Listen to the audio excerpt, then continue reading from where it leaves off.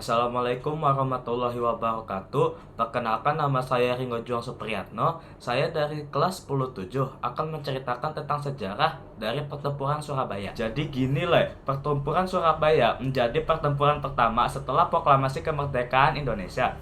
Pertempuran Surabaya terjadi selama 3 minggu, yaitu dari 27 Oktober sampai 28 November 1945. Puncak pertempuran Surabaya terjadi pada tanggal 10 November 1945. Pertempuran ini menjadi salah satu pertempuran terbesar dan terberat dalam sejarah Revolusi Nasional Indonesia, yang menjadi simbol nasional atas perlawanan Indonesia terhadap kolonialisme. Penyebab terjadinya Perang Surabaya.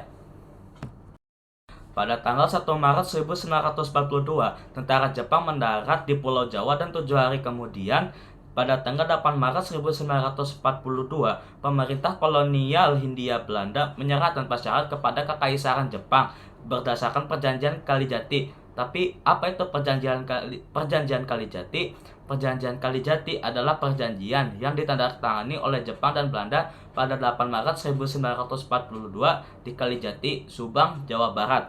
Dalam Perjanjian Kalijati, Belanda menyerahkan kekuasaannya di Indonesia kepada Jepang. Perjanjian ini sekaligus menjadi tanda berakhirnya penjajahan Belanda di Indonesia, berganti dengan pendudukan Jepang.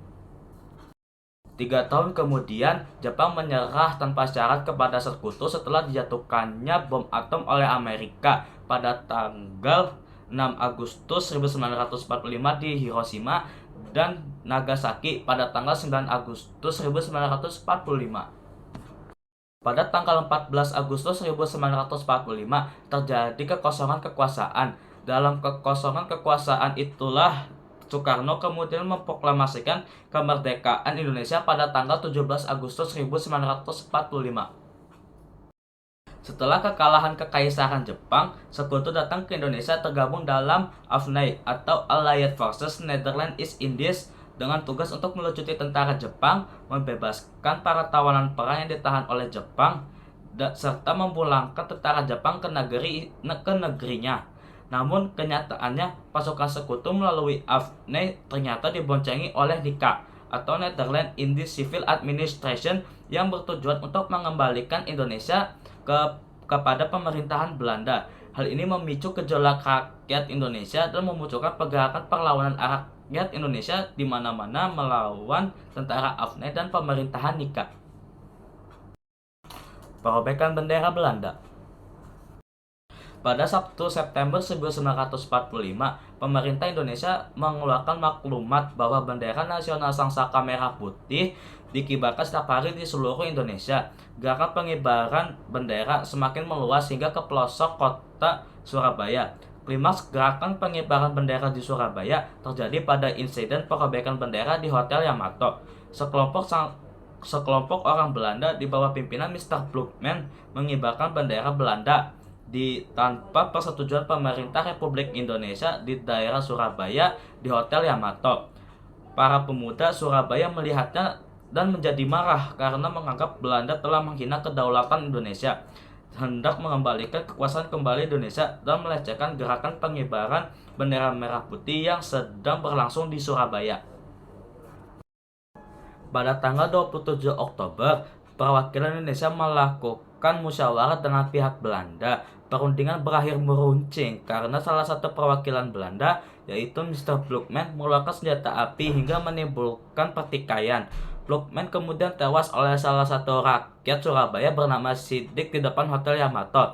Di waktu yang bersamaan, terjadi kericuhan yang menyebabkan warga masuk ke hotel dan berhasil merobek warna biru di bendera Belanda sehingga tersisa warna merah dan putih saja.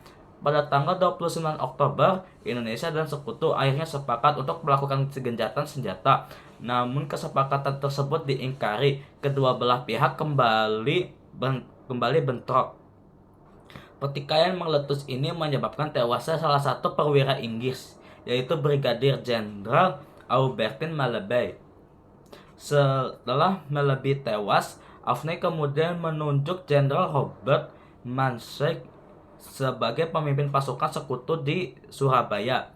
Robert Mansfield kemudian mengeluarkan ultimatum yang menyebutkan bahwa semua pimpinan dan orang-orang Indonesia yang bersenjata harus melapor dan meletakkan senjata di tempat yang ditentukan dan menyerahkan diri dengan mengangkat tangan di atas. Batas ultimatum adalah jam 6 pagi pada tanggal 10 November 1945. Puncak pertempuran Surabaya. Pada tanggal 10 November 1945, pasukan sekutu menyerang kota Surabaya dan pejuang Indonesia tergentang untuk menghadapinya.